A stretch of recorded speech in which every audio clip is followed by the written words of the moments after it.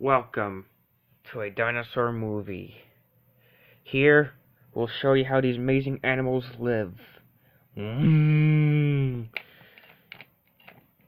How they reproduce. How they might have behaved. And here, we'll prove that the latest scientific research and see how these animals really acted. Here we see one big super herd called, well, I don't have a name for it yet, but you know. This herd boasts the most famous and more obscure types of dinosaurs, like the mighty Brachiosaurus,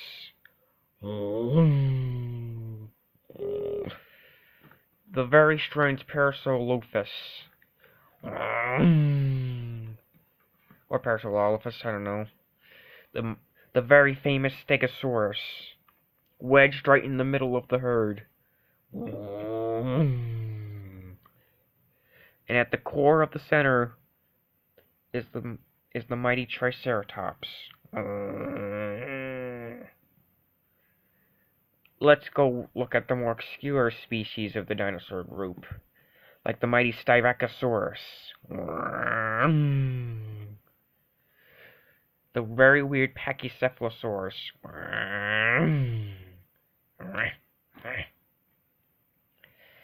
And Gastonia. The mighty Amargasaurus. It's theorized that Amargasaurus' spines might have developed into a big sail to defend itself from predators. And most paleontologists believe that Ceratopsians' thrills and horns, frills and horns, might have been used to recognize a member of their own species. Like Styracosaurus is defined by its spiky frill, and Triceratops is defined by its three-horned face. And here we see a young, possibly juvenile, Diplodocus. He has not reached his full size yet, but he's about to hit his big growth spurt. Because dinosaurs, in the middle of their teenage years, grow into adult sizes in just a month's span. But here we see some predators, like the mighty Velociraptor. On Dinosaur Island, Velociraptors have grown up to their Jurassic Park sizes. And as a result of Dinosaur Island being a generally warm island, they have pretty much ditched all their feathers. Only the males have sported the feathers. And even then, it's only for sexual display.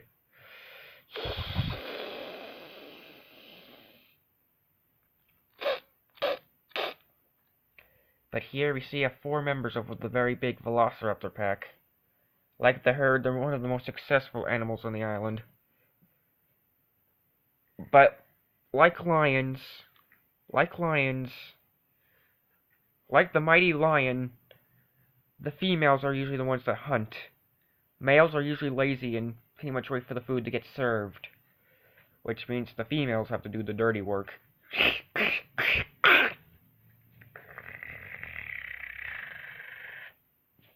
The Velociraptors have scouted out the big herd.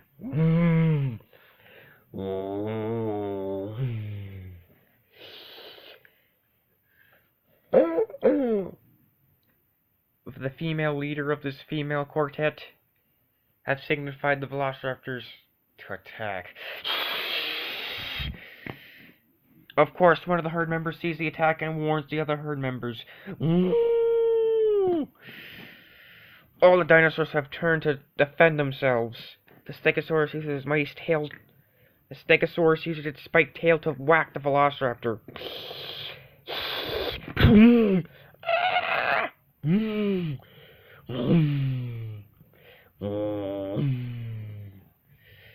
More of the herd members used their mighty defenses to attack the velociraptors.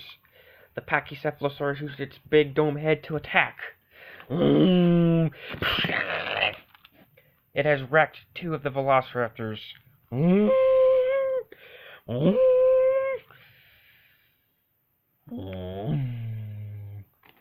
very vast velociraptor attacks, knocking down the Pachycephalosaurus. But the Parasaurolophus charges and uses his big, long crest to make a very loud noise. The sound is so loud, it rings the velociraptor's ears, making the velociraptor very woozy. The Pachycephalosaurus gets up just in time and rams it. The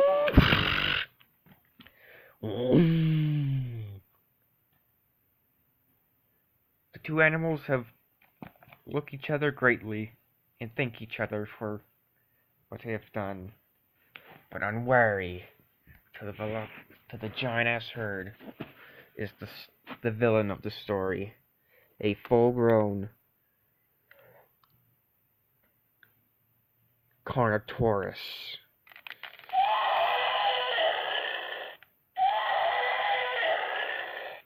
The Carnotaurus charges at the herd.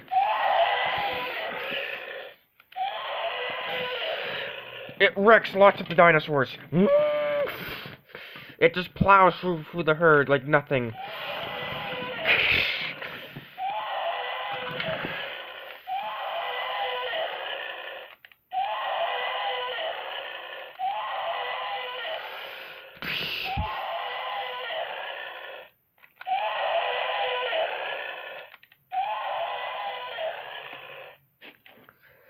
The Carnotaurus lurks back to the jungle once it came.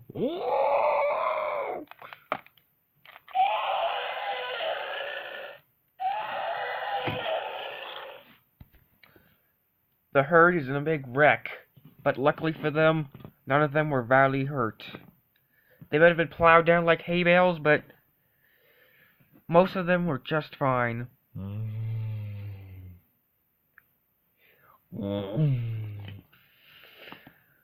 Some of the more hardy animals have managed to get off without a scratch.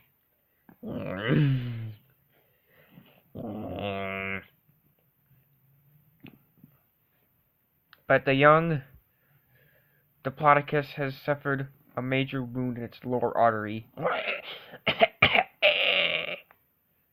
Of course, the Stegosaurus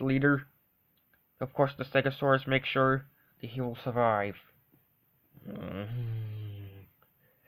Because the Diplodocus is very valuable. Because with him, they'll be able to defend from other predators. This was probably just a warning shot of what was to come.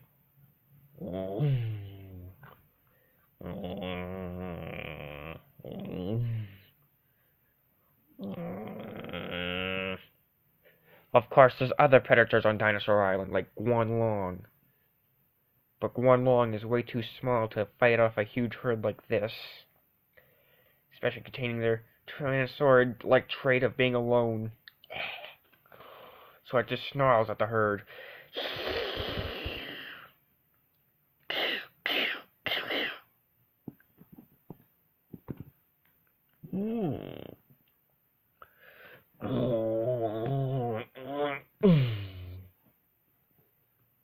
Soon enough, these dinosaurs will learn how it's like to live on an island like this.